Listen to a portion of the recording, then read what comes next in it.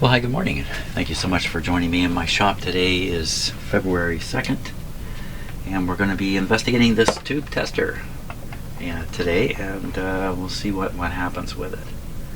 So I have a number of tube testers like this, kind of like this, and I've really not pursued them. So now's a chance for me to do that.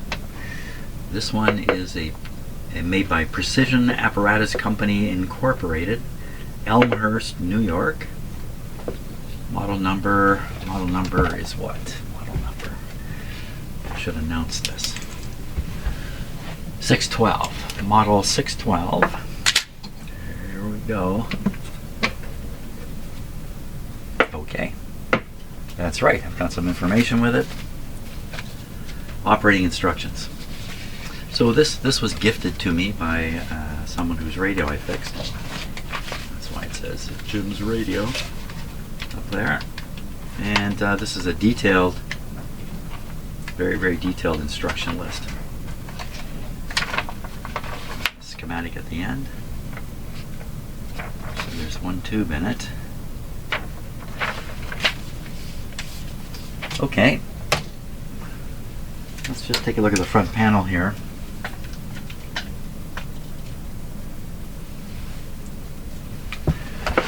So, sockets across the top. Tube meter, should clean the glass here.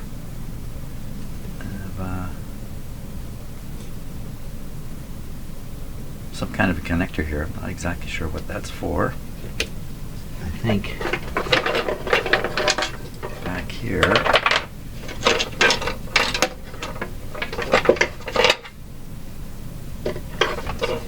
Yeah, there's another one here. This one's broken. Okay.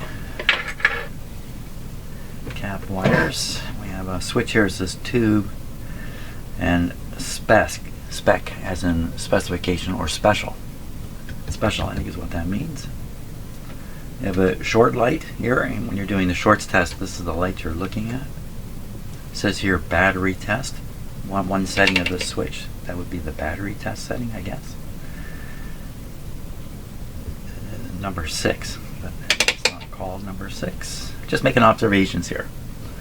So we have A, B, C, and D, E, F, and normal. F is the end of the road, I guess. And we can see along here where the information is, the setting information is. You see the A, B, C, D, E, and F. If you notice, the E and the F, they have a large space for them, whereas A, B, C, D don't. They're just single numbers, So, so the way this works is very odd. Okay, it's a little hard to get your head around, but you can see the numbers up here: 1, 2, 3, 4, 5, 6, 7, up to 10. And then the words here: filament, open, test, and normal. So with each tube, you arrange these switches. So, for instance, on the A, B, and C, A, B, and C, and D. Where's D? D is this top one, D. So they've included D in here, just E and F separate over here. So D is the filament. Well, for instance, on this tube, 6SR7, the filament would be 7. So you'd raise lever 7 up to the D spot. And that would connect, I guess, the filament lead to the tube. So only one goes up. You need 2 connections to a tube, so I don't know how they manage that, but they do it somehow. I don't know how. So that's kind of how it works. This will turn it off, completely off. You push this, it turns the set on and enables a meter read. But you have to push this once to turn the set on. Line adjust. And we have some other test features here. Noise test, which I believe, I don't know which ones, maybe these two. It says noise test. You plug some headphones right in there and you can listen to the tube to see if it's noisy. Now, I've never bothered doing this. I have a number of tube testers that have noise tests. I've never done anything with them, so that's kind of an interesting thing. You have a conductivity test. I guess that's a general conductivity test. Battery test. Test your battery. I guess you flip this up to battery test. And there's probably some other controls here. Maybe not. To do a battery. Series 612 tube and battery tester. Tube and battery tester. Okay. Yeah, I do have a fuse here. Let's just see what's in here.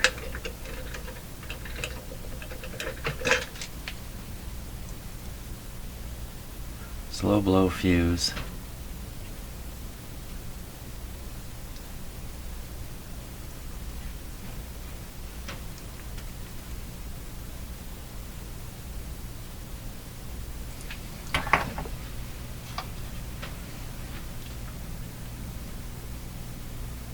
Three amp. 3 amps. Well, I guess maybe some heaters take a fair bit of current. That's a lot because this is at 120 volts too, so that's a lot. That's a 300 watts.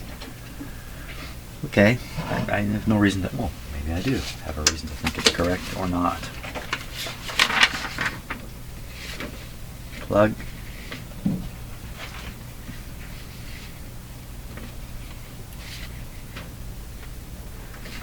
Well, attachment plug, they don't show a fuse in here. At least I'm not spotting it. You'd think they'd position the fuse right near the where the power's coming in on the schematic.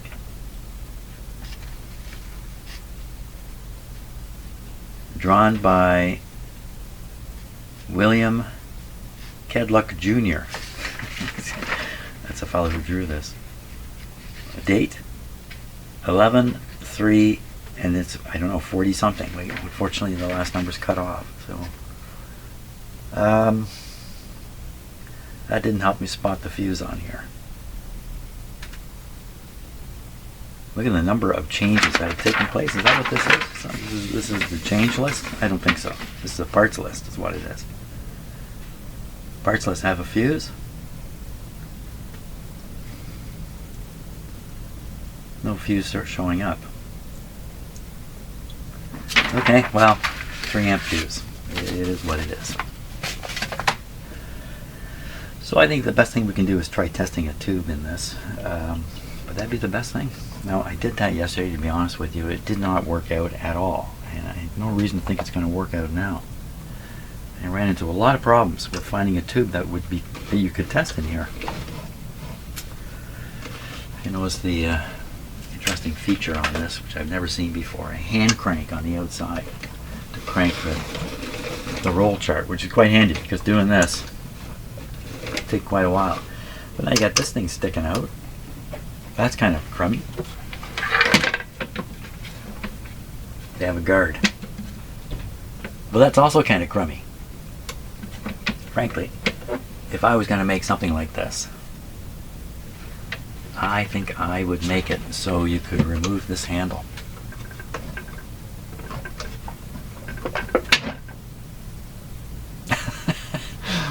Yeah, that's how I made it. So I'll put the handle back in. I discovered that yesterday when I had this out briefly yesterday, and I went through the same thought process. Man, if I was going to make this, I'd make this handle come off. I pulled it off. Until that moment, I had no idea it came off. Okay, so you might have noticed a bunch of tubes laying around on my bench here. None of these tubes could be tested in this tester for various reasons. This one's got a cap. I think I want to stay away from that right now. 224. So 224. So 224. So that would be way back here.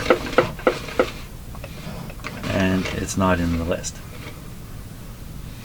So this tube's too old for this old tube tester. There's a very restricted number of tubes in the tube sheet here, and I could not find a supplementary list for this tube tester. So we need to find, like, it's got lots of tubes, and I did do a very common tube. I tried this one. I don't have to do this again. I can tell you what happened. I put this in the tube tester, and the tube tester reported a short.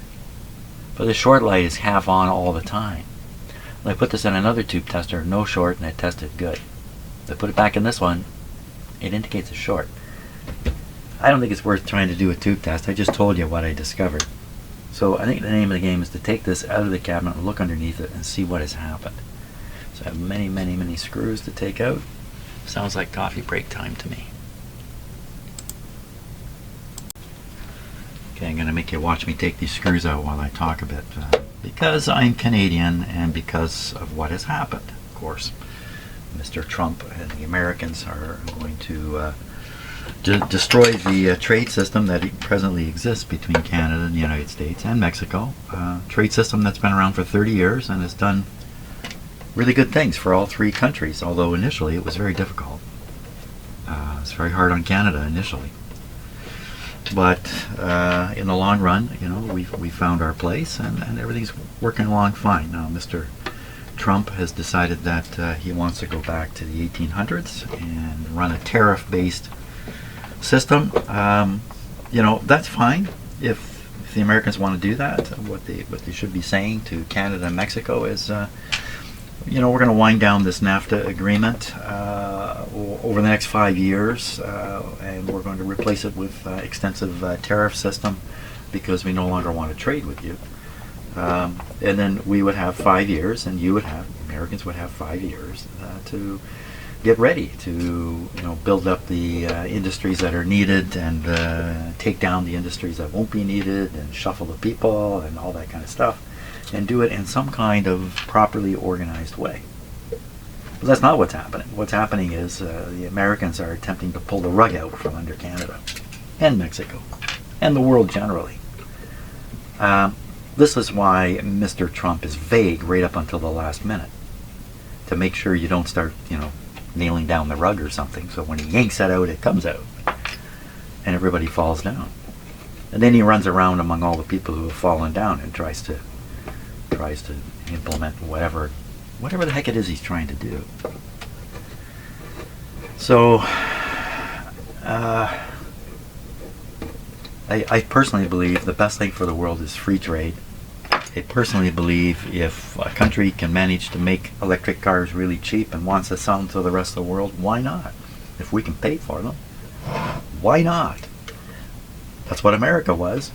America was manufacturer to the world. Did they feel bad about it during that time? Guilty or bad? Or I don't think so. Ooh, this has to come out. This is why this comes out. That is why it comes out. Okay. Uh-oh. Let's hold it in here. Okay. So we can flip this over, I think. Careful, man.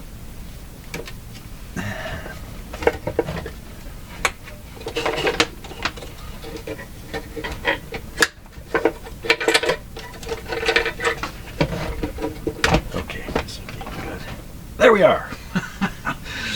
Look at what we've got here. This is weird. This is really weird. E.D. Smith Radio Repair Service, Box 21, New Liskeard. Okay, New Liskeard is a small town way up north. It's one of the tri-towns. I mean, this is a remote town. E.D. Smith. E.D. Smith is a well-known name, at least for people my age, of a large company that produced tomatoes, tomato products. It must be Ed Smith. There, he's done it here too. Ed Smith Radio Repair Service. Phone, look at the phone number. There, you can see it up here. 913W. That's the phone number. Not many digits in it. Well, I see a light is missing here. Hey, Ed, what happened to the light here? Let me spin this. I'm going to take the lid off here before we get into big trouble. And let's spin this around. So I see a old wax capacitor there. Ooh, the weight is very, very unbalanced on this. You just see one capacitor here, big high wattage resistors there. Don't know what these things are. What are these things?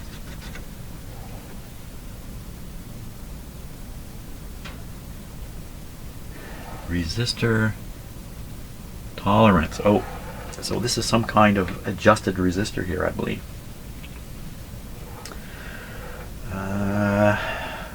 Lots of switches, lots of wires. It's this interesting apparatus here. And you know, everything looks perfectly fine. I don't, just this one capacitor here is probably could that be the only problem? Now I see a light. It almost looks like it's fallen down and it's just laying in here. In fact, you know what I see? I see two wires soldered on here. Two black wires, and they go up, and there's a light in here, and another light. Is there another light? Another light. Get my flashlight here. Yeah, second light over here. But this bulb's missing, so this is probably the well, I'm going to guess it's just the indicator light that it's on, and I'll bet you one of the other two burned out, and the guy took the bulb from here and stuck it over here. Got a vacuum tube right here, I hadn't noticed. That looks like a rectifier tube to me. Got some adjustments here and here. There's some writing. 6V. I don't know what that says right in here. 6V.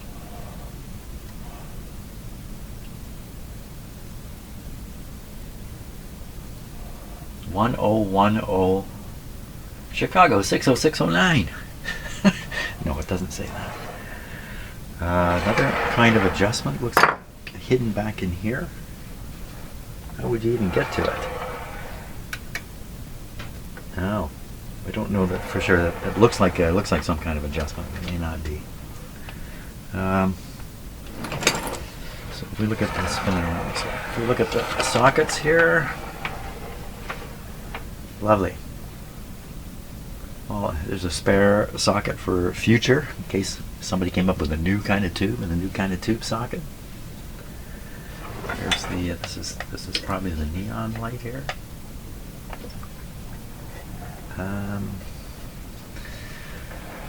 Well, I think the obvious thing is replace this capacitor. I don't see anything else in here that would normally degrade other than this tube potentially, but generally speaking these things aren't on a lot, so the components really shouldn't wear out from use. Okay, so I'm going to change this guy out, and then we're going to give this guy a test. We'll try testing it too, see if that works. So here's the one half of the schematic for this device, and looking just for light bulbs, I can find this over here, number 4 NE3, and number 40 6 to 8 volt pilot light. Here it is here, N3, and they show this extending out with 2 X's.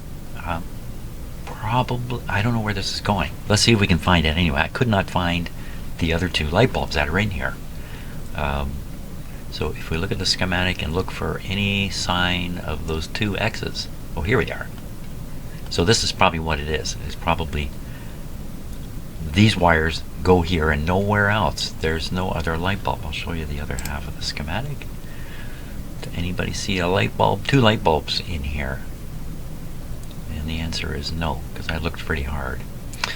So what I think has happened with this unit is somebody very cleverly put in 2 extra light bulbs to light up the paper roll chart, and in doing that, remove the light from here to reduce the load on this winding. So they didn't overload this winding. So that's my guess as to why this light bulb's missing and the other 2 are there, and the wiring looks different, looks unusual. So that would not be an easy thing. The lights are installed with brackets, and they're done very nicely. Somebody did a big job to put those two lights in, if that's the case, if it wasn't done in the factory, or it's a later factory addition and this light bulb is missing because somebody took it. Maybe that's a more realistic story. In any case, light bulb, not a big deal. There's only one capacitor that appears in this whole thing. We'll look at it over here. It shows up right there, C1. No other capacitors in here, and that's visually all I saw was one capacitor. That's got to be it. So C1, C1. There we are, 0.1, 600 volt. So no problem replacing that with another one. We'll see if that fixes things up. I have no idea what this capacitor is doing in there. I don't know. All I know is it's really the only component that you could reasonably guess is dilapidated and should be changed.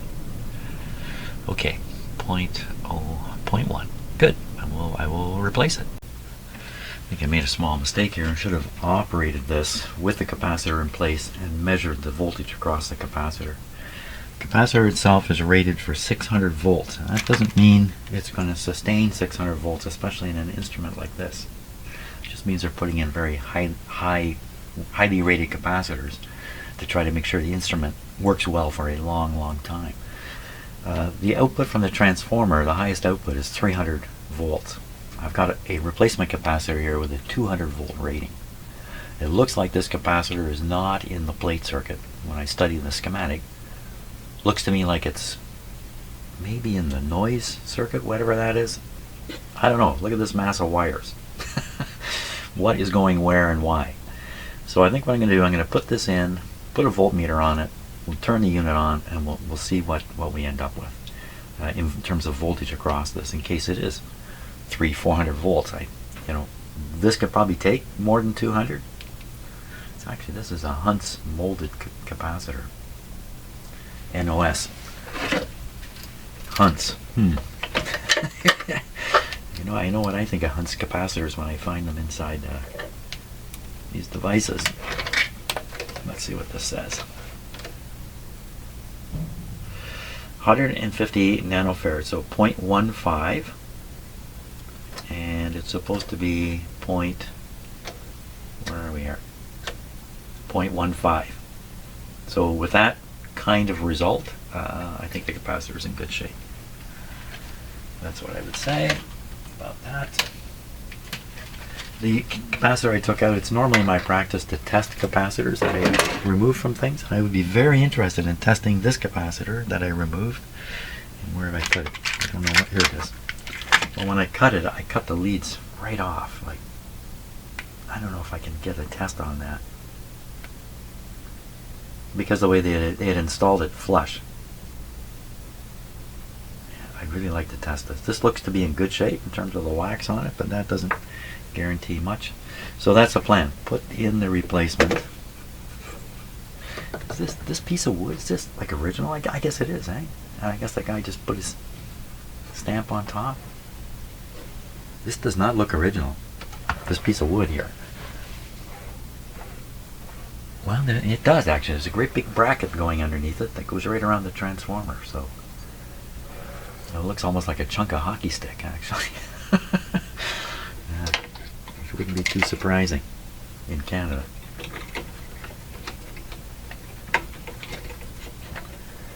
So I'm just going to tack it in for now, and so we can make the measurement. This is a little bit of a bigger capacitor here.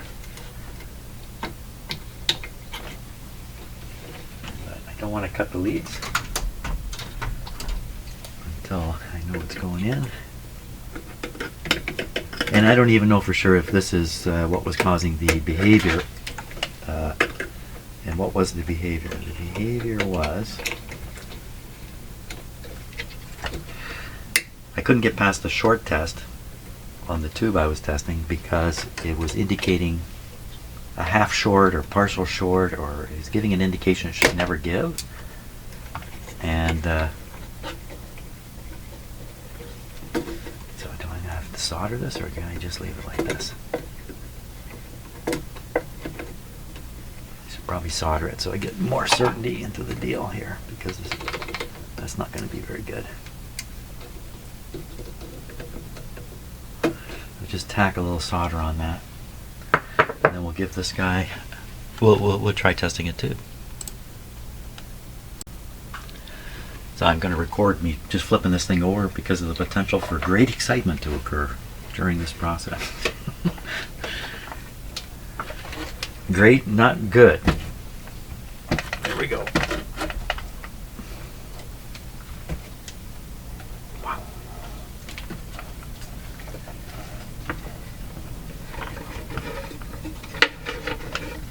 That turned out to be very boring. There we are. Okay, so the tube we should test is the one that I tried yesterday, the 6SK7, which this tester showed to be shorted seriously on one terminal, or one element, I guess would be the word, and a little bit shorted on everything, which made me think, that can't be right. Okay, sorry there. Kind of left you standing in the back. Come on up here. Yeah, this deserves some coffee before I go at it. Who's that? Who's come here? Oh, you've come to help with the tube testing, have you? Is that right? You don't want to be up here, do you? I'm trying to show you to everybody on the camera. Okay. You want to go on the bench? A lot of stuff up here. You got 4 feet to operate. Be careful now. Okay, well, he's busily looking for trouble. Let's set this guy up. So first I want to dial up the tube, which is a 6SK7. Yep. Let's put it here. 6SK7. Where'd my crank go?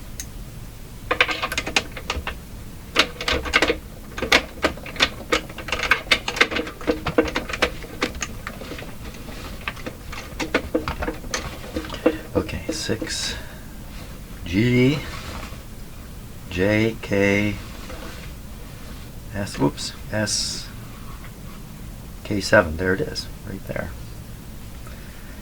So we come across A, B, C, and D. 1, 7, 9, and 2. And then, let's see. A is 1. B is 7. So this is already set for this too. C is 9. That's 9. And D is 2. Okay, that's great. There is no, this is what bothers me. Well, a lot of things bother me about this tube tester. One of them is there's no control that tells you what the filament voltage has been set for. It's not obvious on here. So I don't know if is it B? Is it C? I don't know. Probably a switch, a snap switch. It's selecting probably different outputs of the big transformer that was in there. Okay, and we now are going to perform we leave all these down. We don't complete the setup. We leave it like this. We put the tube in. And the first test we're going to perform is a shorts test. And the way that's done is you leave the lever that's been moved up for the filament alone, and every other one you do this with it. And you watch this light. Now, last time I did this, this light was just on a little bit all the time. It never went fully out. So, okay, I'm going to put you down on the ground again, okay? Because I think you're going to get into trouble. Go find your brother. Bite his ear. Okay. So I've got this plugged into my usual bench supply, which is also running through these dim bulbs, and I'm going to power this thing through the dim bulbs. So it's off. Let's apply power. Nothing should happen. Nothing is happening. So that this light won't come on now. We know there's no bulb under here. So 109. Let's go a little higher here. Okay, so what I'm going to do now is I'm going to power this through the dim bulbs, just in case. It's off. So I'm going to put it on, and we're going to hit the switch.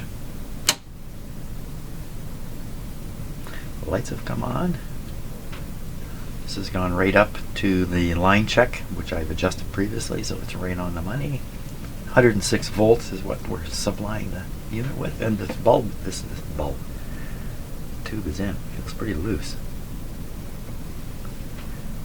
So we performed the short test. I see this light is not glowing. Here we go.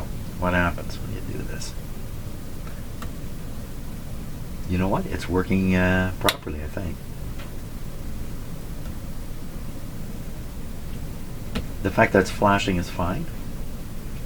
Yeah, changing that capacitor seems to... Oh! Short in 7.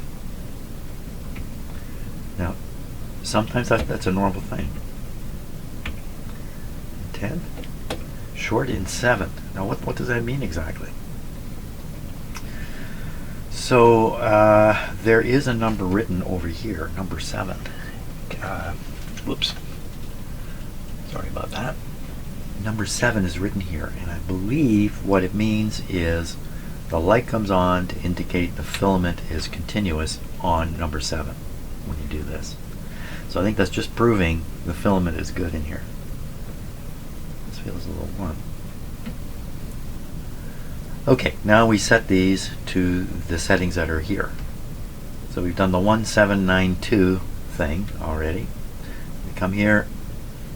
Nothing on the E line. E says open. Nothing on that. On the F line, we have 3, 4, 6, and 8. Can I do this with the tube in? On the F line. Well, let's try it. It's only one switch up. 3, 4, 6, and 8.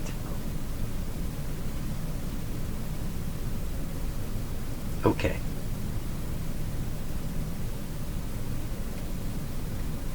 I'm ready to push the test button.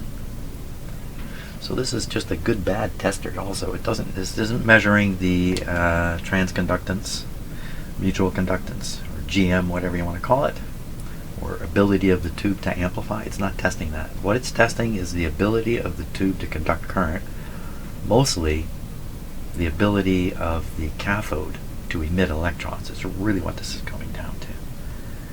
We'll push the button. So we're getting a slightly low reading here. In this case, I would never replace this tube based on that. A lot of these tube testers, I think, were to help sell tubes, so a little bit of degradation might show up as a replace, when in fact you can continue using it. But this would you could show this to your customer. Come, look what it says. Got to replace it. Got to sell you a new tube. Then this tube will go back to your shop and eventually end up in somebody else's radio. I think there was a lot of monkey business going on with selling of tubes. I'm pretty sure of it. So this tube tested good enough for me. I'm sure it tested higher in the other tube tester. Okay. I'm just looking to see, is there anything else I should do? No, I think that's it for that tube. Okay, we're going to try another tube in here after some more coffee. I thought I should show you what this is really all about. So these are tubes I have not tested yet. And I have about this number again of other tubes I have not tested yet. So I'm looking for, so it's a good time for me to go through these older testers that I'm not that familiar with and find out who's working and who's not, and who's easy to use. Easy to use is a big issue with these things. In fact, that's the whole idea. Now, this is not so easy to use, but what the manufacturer did was he created an instrument which is infinitely functional. It didn't matter what kind of tube came out, this thing could test it. Jeepers, the cat just scared the heck out of me. So that was kind of the idea behind this whole arrangement here, which is very, very unusual, is to give super flexibility to the instrument. If you look at the other one I have over here, the one I use quite a bit, this one, I mean, it just looks simpler. It's much simpler to use. When I test a tube in this tube tester, it takes just a minute to set it up. And away we go. This one, you know, you can see it's a little bit of a fiddly thing, a little bit. Plus, this guy's only an emissions tester, as I was explaining. The other one I just showed you is an actual dynamic tube tester, actually tests or measures the ability of the tube to amplify. That's only effective in amplifying tubes, and it's not of any value in a rectifier or stuff like that. All rectifiers are tested through the emissions test. There's nothing else you can do with it. Okay, almost got knocked over by a cat there. Yeah, gotta find another tube, and right. Let's try another tube. So just another comment on tariffs. If you're American and you know, Canadian products are going to be tariffed, you're going to go in your stores and you're going to avoid buying Canadian products. That's not what's happening. We don't sell you much products. We sell you a lot of raw material, industrial materials that go into your factories to make the products you buy in your stores. So unless you plan to not buy anything made of steel or aluminum, like if you avoid everything made of steel and aluminum, you might be able to avoid the effect of the American tariffs on Canadian steel and aluminum. Maybe. I don't think so. I think really what's going on here is the effect is going to be hidden from view for a few months. Tariffs come on, you go in your stores, everything looks normal, nothing looks weird. But given a few months, everything will start changing. And that's what I think. So, you know, same thing here in Canada. Tomorrow, the world is not going to end because these tariffs are in place. It's going to take some time for the Canadian world to be destroyed. But this is a destructive move on the part of the Americans. They are showing Mexico and Canada that they don't care. And here's my theory on that. It's really Mr. Trump showing the rest of the world that he could care less about anybody. And look, his best friends, Mexico and Canada, he's screwing them. See? Look at me. Hang them high, right? That's the theory. Hang them high for everybody to see, and the rest of the world will come in line. That's his thinking. It's bullshit, but that's his thinking.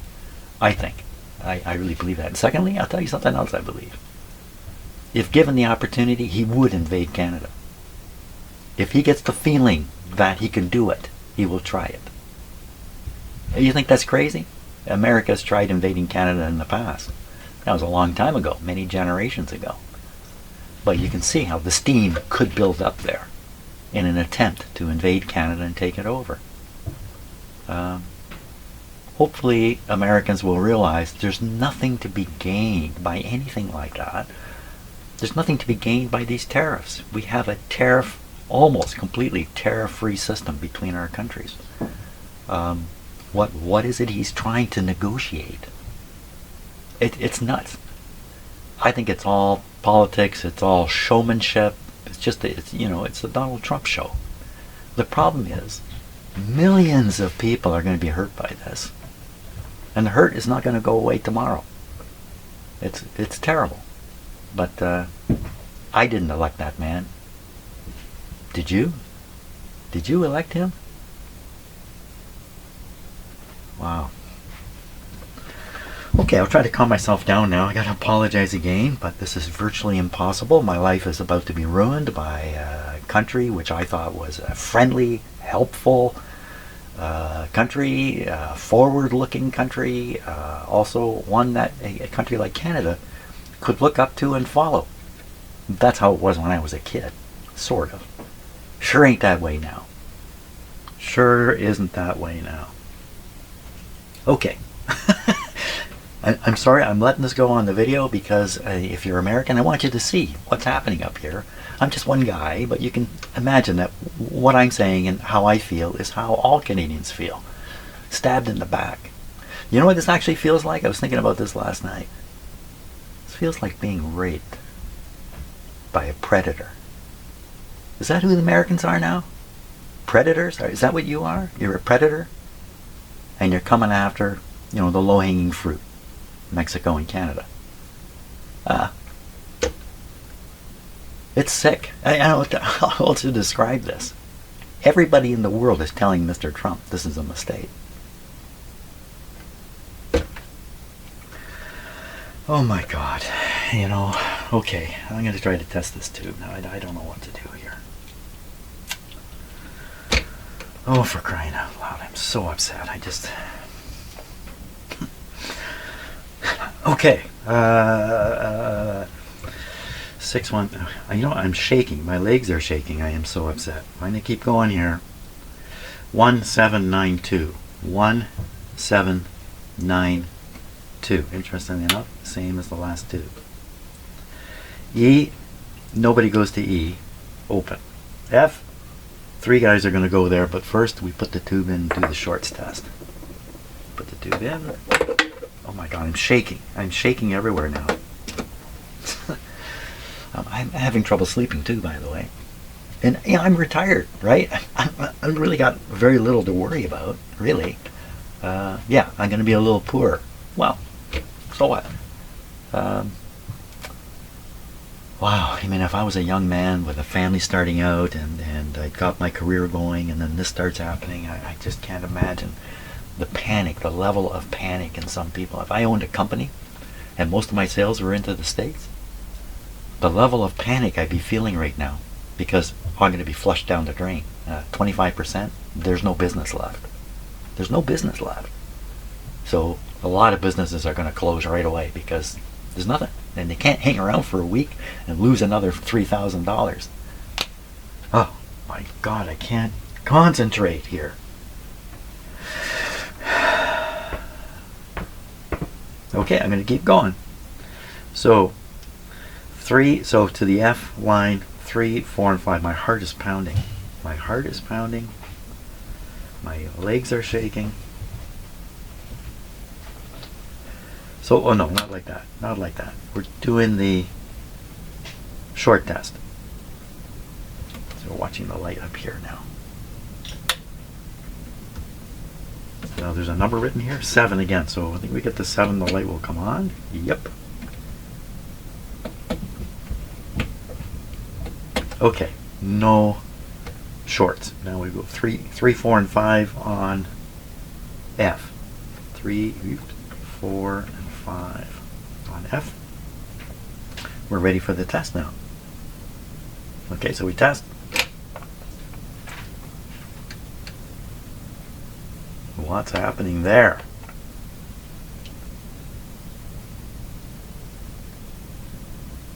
I just drained the last bit of life out of that tube. Let's try it again.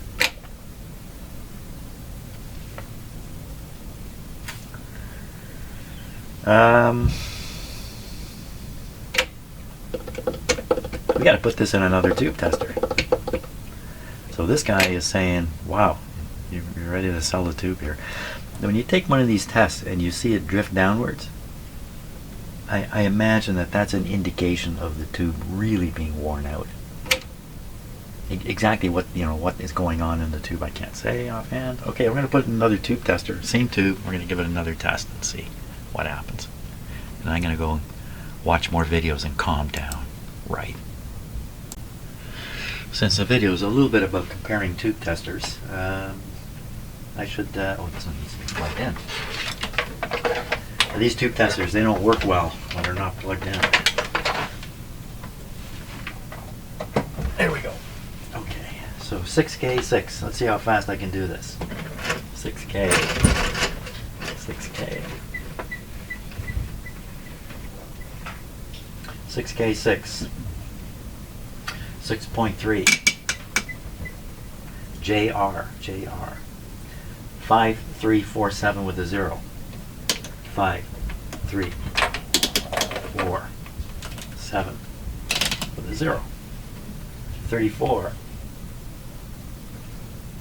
67 on the English. Press P4. Okay, and we'll go in.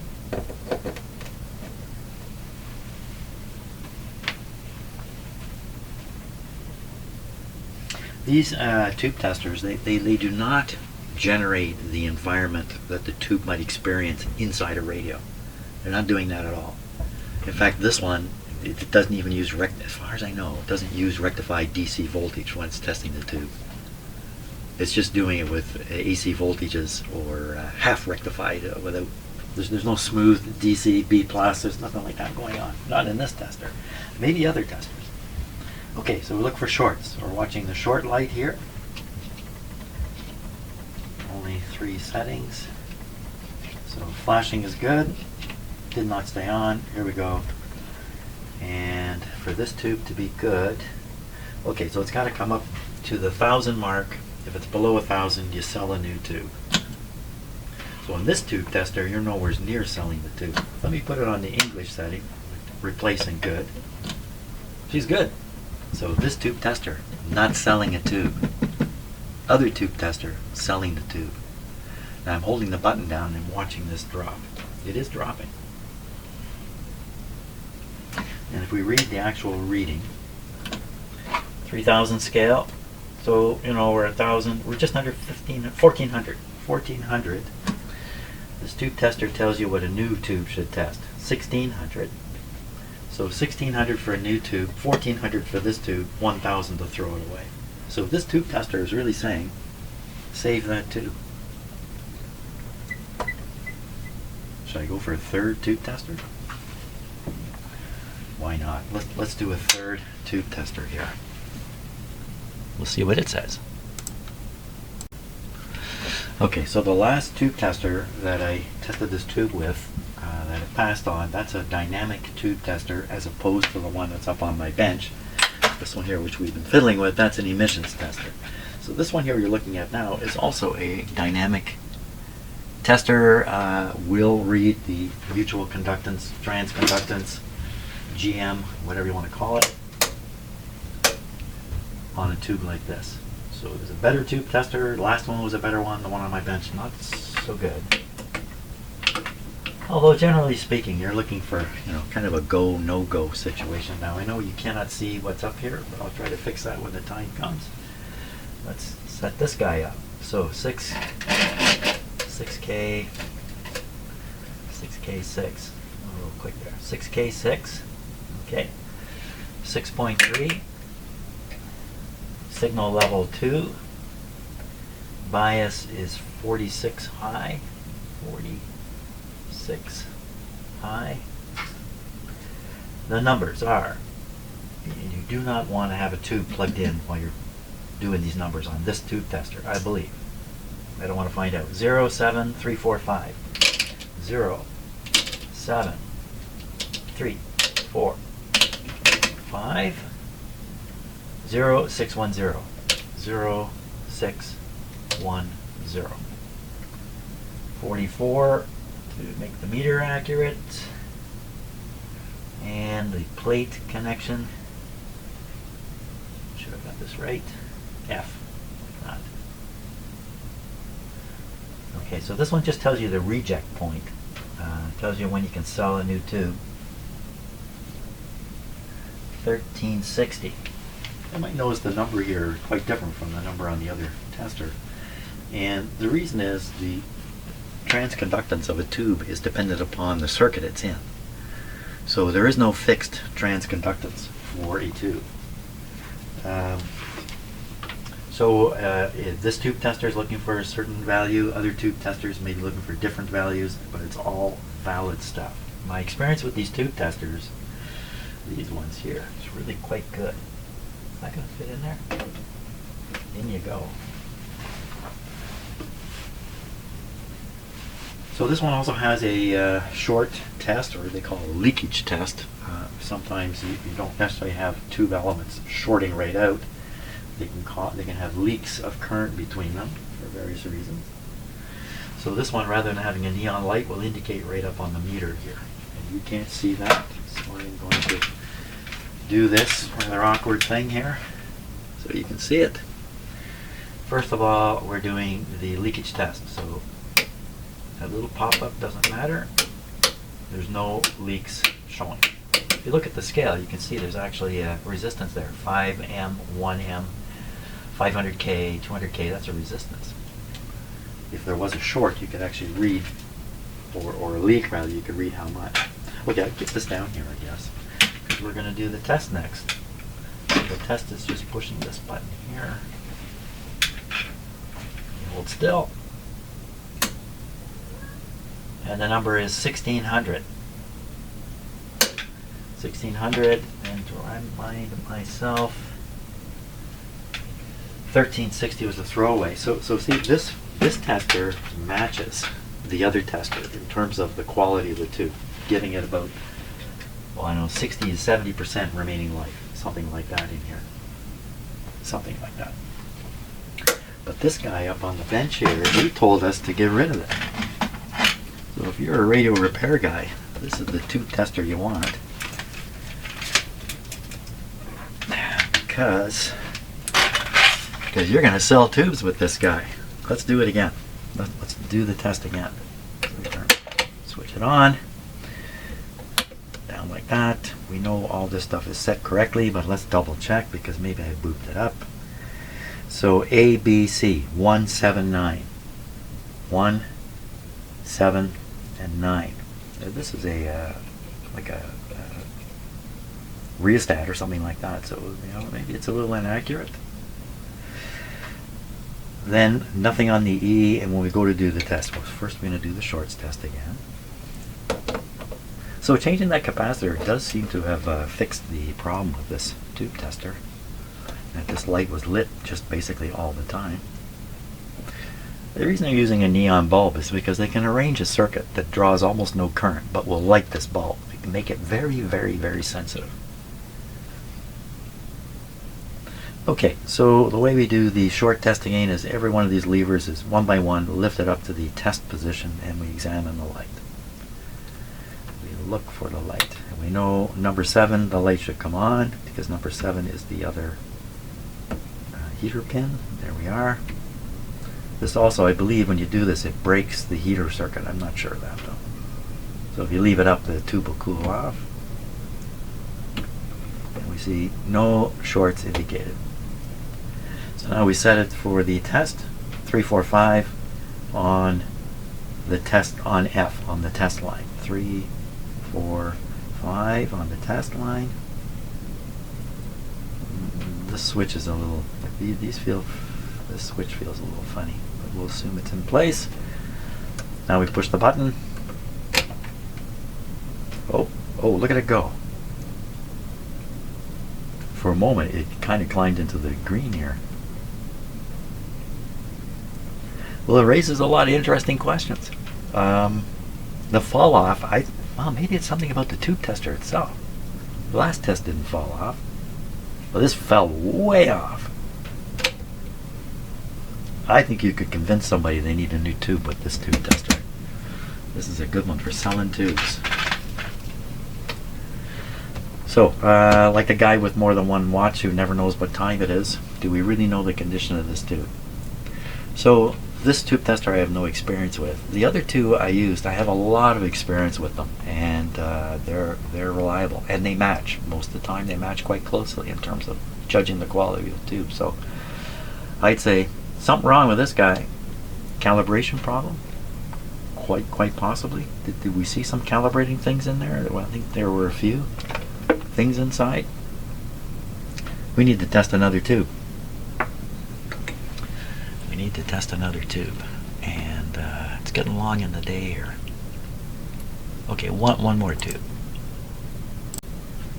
Okay, why don't we try a 6SA7. 6SA7.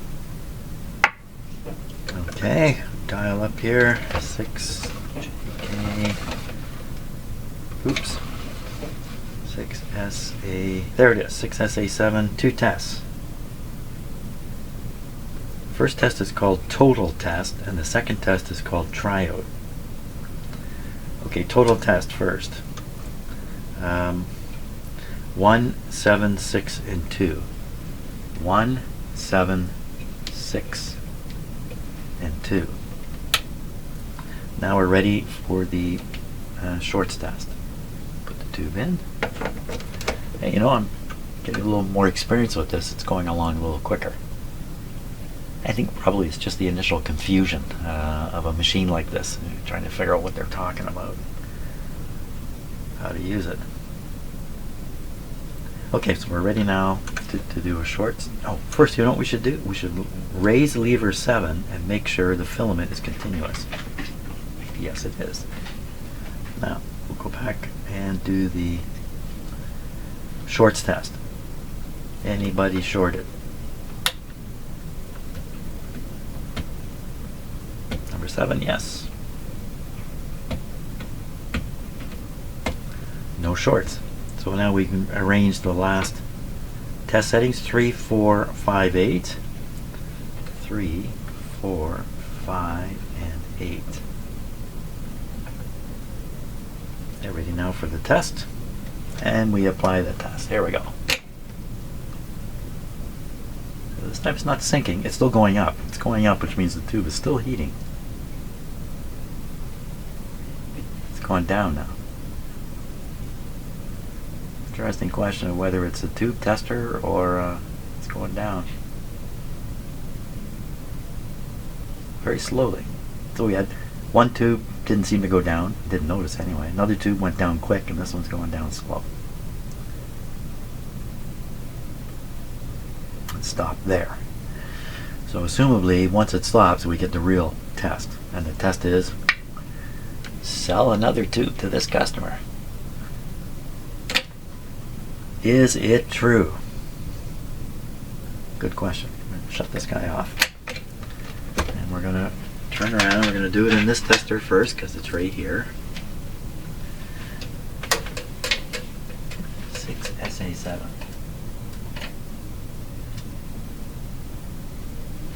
.3, signal level 2, bias 9 low. 9L. 27345. 2, 7, 3, 4, 5. 1650. 1, 6, 5, 0.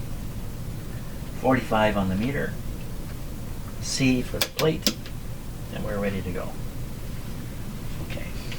Come down for a little bit of a closer look. This goes in. Will we sell a tube here?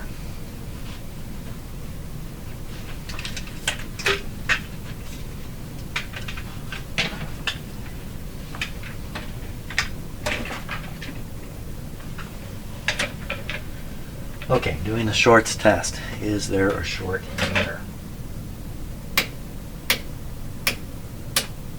No. No shorts reported. Okay, now we're going to 6SA7. Throw it away at 1100. Whole tube test. 1100 is right about there.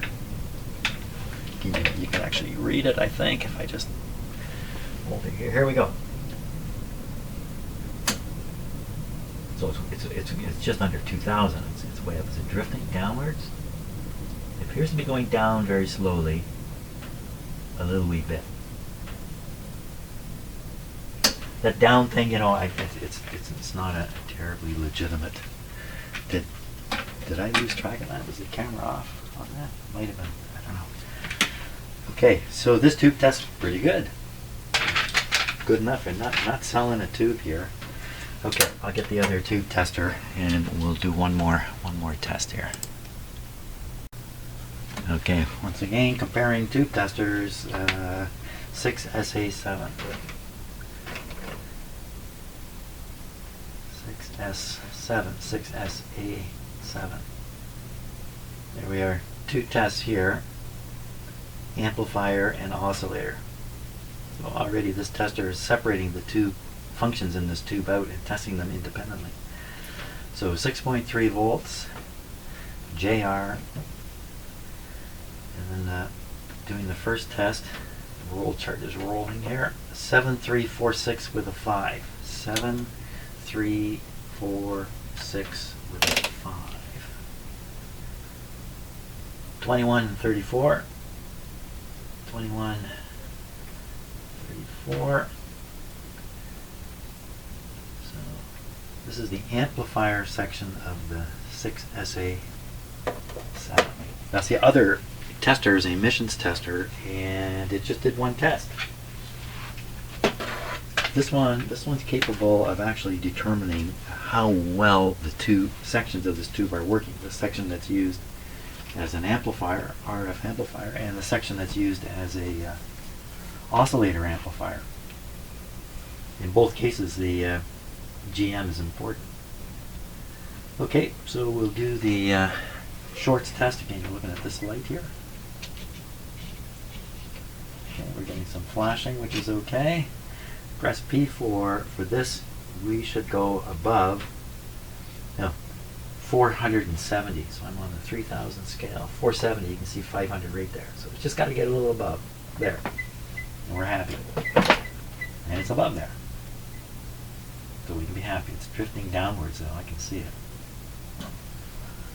Okay, so if it was a brand new tube, supposedly in this tube tester it would have tested at 750. It's up around here. So this would suggest it's towards the end of its life on this section. Now look at the next section. So for this we do JR 53467. 53467. 53467. Yeah. 2134, same thing. P4, same thing.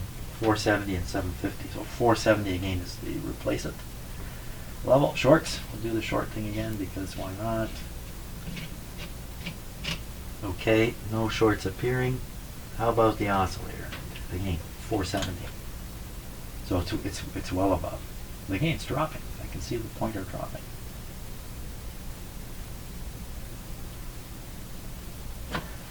But I don't think that's important. So, and just for fun, we put it on the English and say, hey, no, you don't need a tube, sir. I'm sorry, I can't tell you. I can't sell you one, but I'll put this tube in my other tube tester and then I'll sell you a tube. Now, of course, most repair guys, like these were expensive instruments, and most repair guys would have only one of these. They would never have more than one. So you can kind of see the situation here. You know, word on the street is the ultimate tube test is the tube inside the device, like a radio, and seeing if it works. So sometimes a tube may test good on a tube tester but not work in the radio, especially oscillators. Other times the opposite happens. The tube tests poor or weak on a tube tester but seems to work fine in the radio. Remember, the radio has a fix-it-all-around control on the front called volume. So if your radio is a little weak, you just turn up the volume compensator and you wouldn't know. You wouldn't know it's weak. Okay, that's it for today. We've got a long time here.